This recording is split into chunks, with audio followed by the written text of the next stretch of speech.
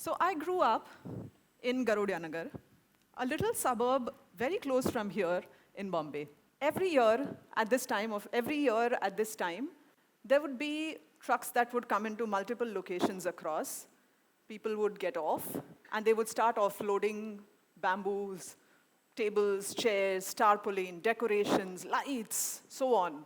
It was that time of the year. Ganpati Bappa, Moria. My sister and I, would go across to multiple parts of the colony, looking at all the pandals, the special decorations that have been put up, the prasad that is being given, the performances that would be there every evening. And we would soak it all in. After Ganpati would come Navratri, then would come Diwali. These festivals were part of my growing up years. And what I remember most about them is the joy and the celebration around it. Those are part of my core memories. That's not the only thing that Garudianagar gave me. They also gave me a strong sense of community with the Rotaract movement, the youth wing of the Rotary movement. I was now one of those people organizing events. One such event was an annual cycle race that we decided to start off. As a first-time event, an IP, as you would call it now, we started months in advance, printing forms, getting sponsors, local businesses to support us, getting vendors to put it together, and so on.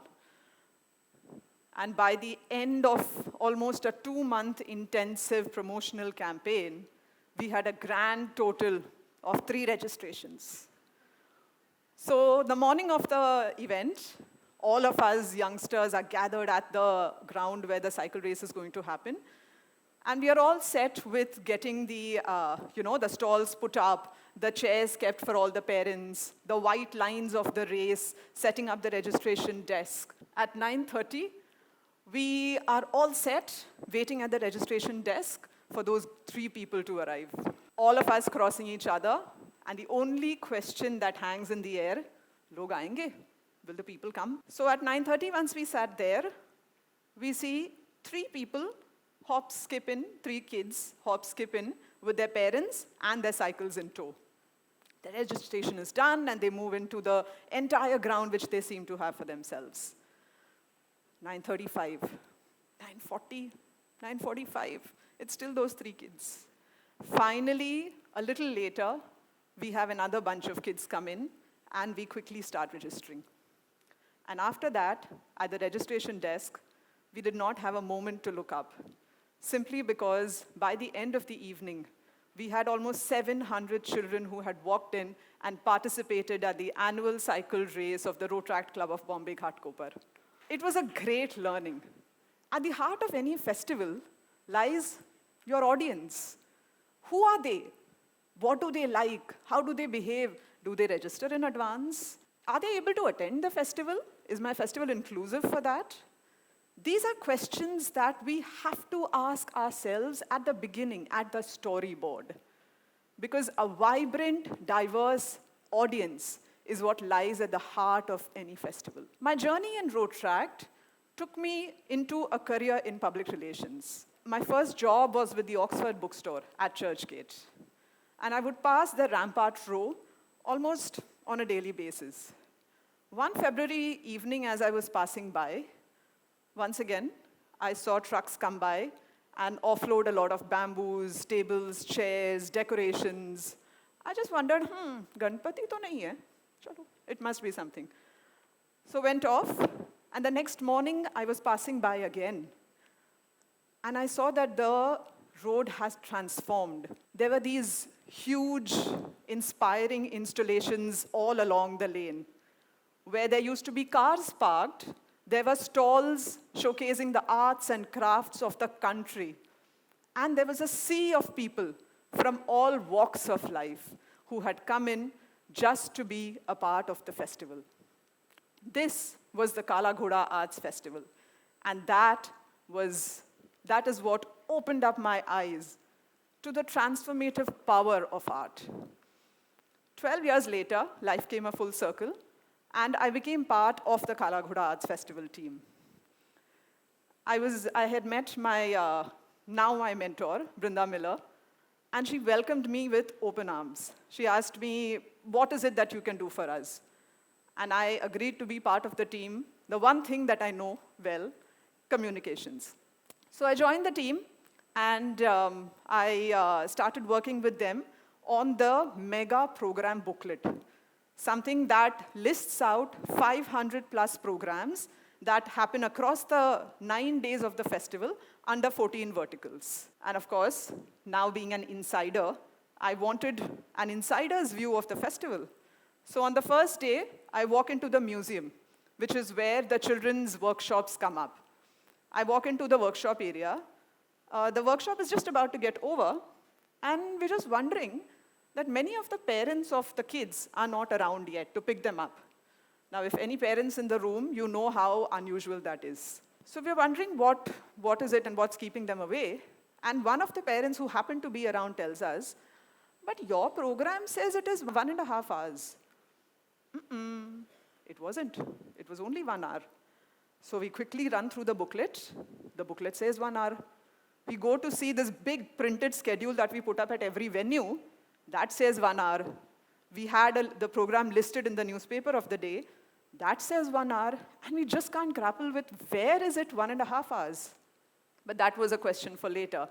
The task on hand was to ensure that the 80-odd kids who are in the workshop are taken care of until their respective adults come to take them away. Of course, our curators, who are art teachers themselves, and the person who was conducting the workshop, did it beautifully. The kids did not notice a thing to be amiss.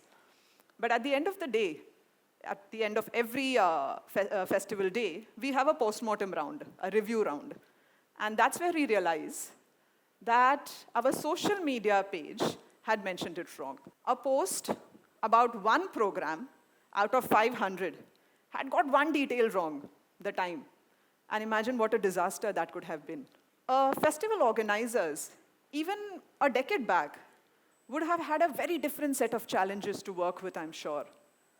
Today, one of the challenges as a festival organizer that we face is the complex communication ecosystem that exists around us. There are multiple modes of communication, and with a team, there is communication within the team. So thus, communication becomes a very, very important part of the festival landscape today for a festival producer. By the end of 2019 was also kind of coming to a close of my corporate communications career, because there are two people who had actually supported me, because until then, through my days of volunteering with Kala Ghoda Arts Festival, I was still doing a day job. I was working with a PR agency at the WBP group, and it was only because of the constant encouragement by my team leads over there, Vandana Sandhir and Bhuvnesh Chawla, that I was even able to pursue my passion. By the end of 2019, like I said, I had decided that I want to take my expertise of communication into a festival space. And I decided to set up my own venture. We called it Not a Class.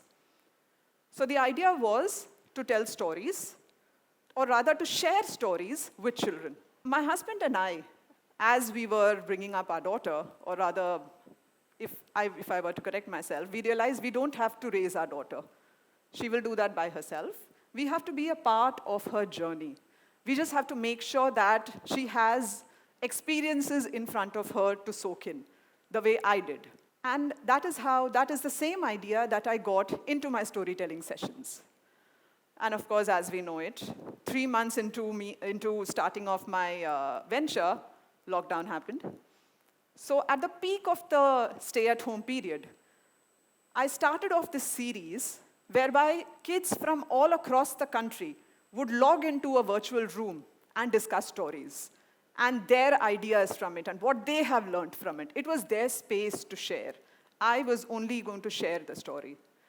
One such book that I picked up was The Boy in the Cupboard, a book that talks about expressing yourself freely.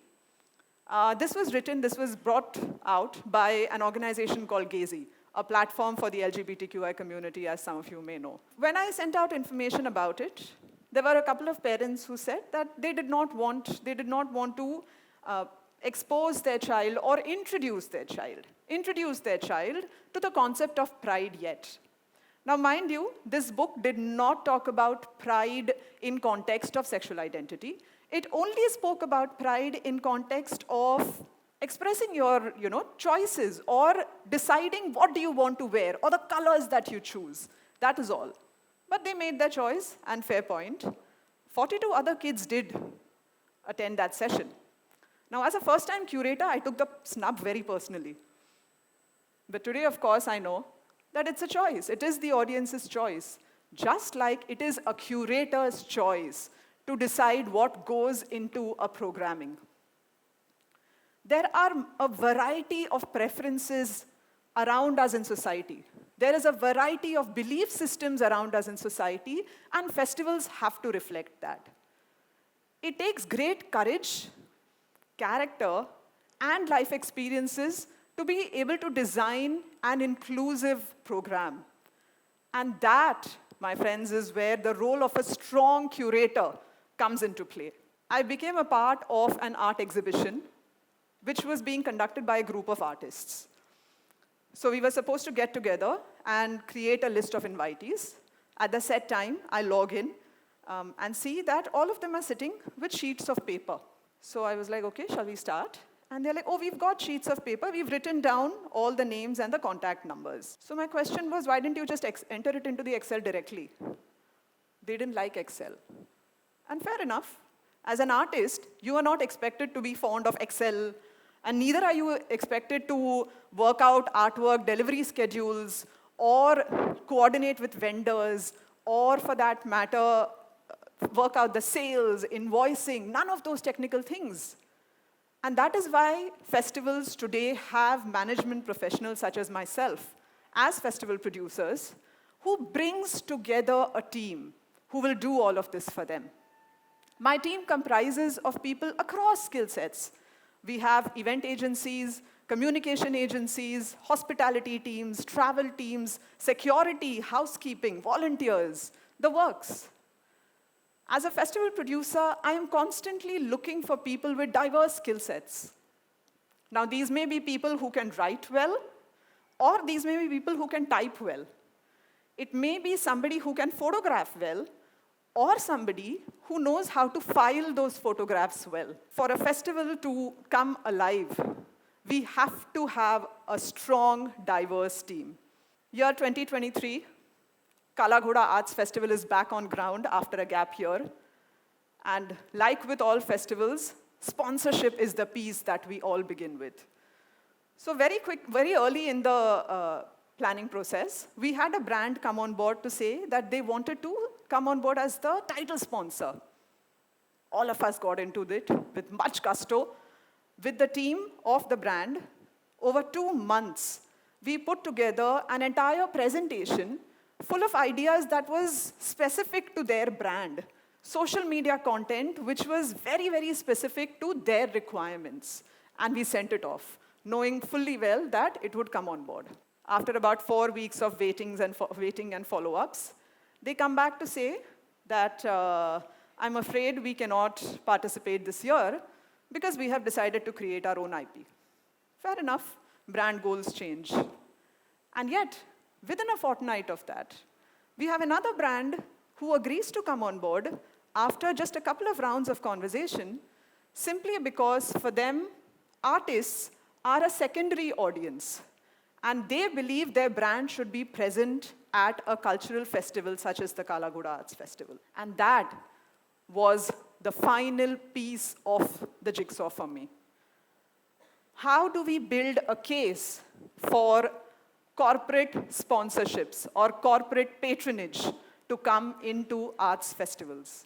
Traditionally, companies have always looked, or much earlier rather, companies have always looked at print to be the only piece of the pie. And that grew to include radio, to include digital, social, OTT, and so on. The idea here is, how do we create a compelling case for them to invest in a space that nurtures culture? Culture that is going to shape their consumers, their buyers, and their future employees. How do we bring corporate sponsorship into art festivals? So that really are the 5 components in my experience that really holds a festival together. A vibrant audience, a strong curator, a diverse team, a complex communications ecosystem, and patronage.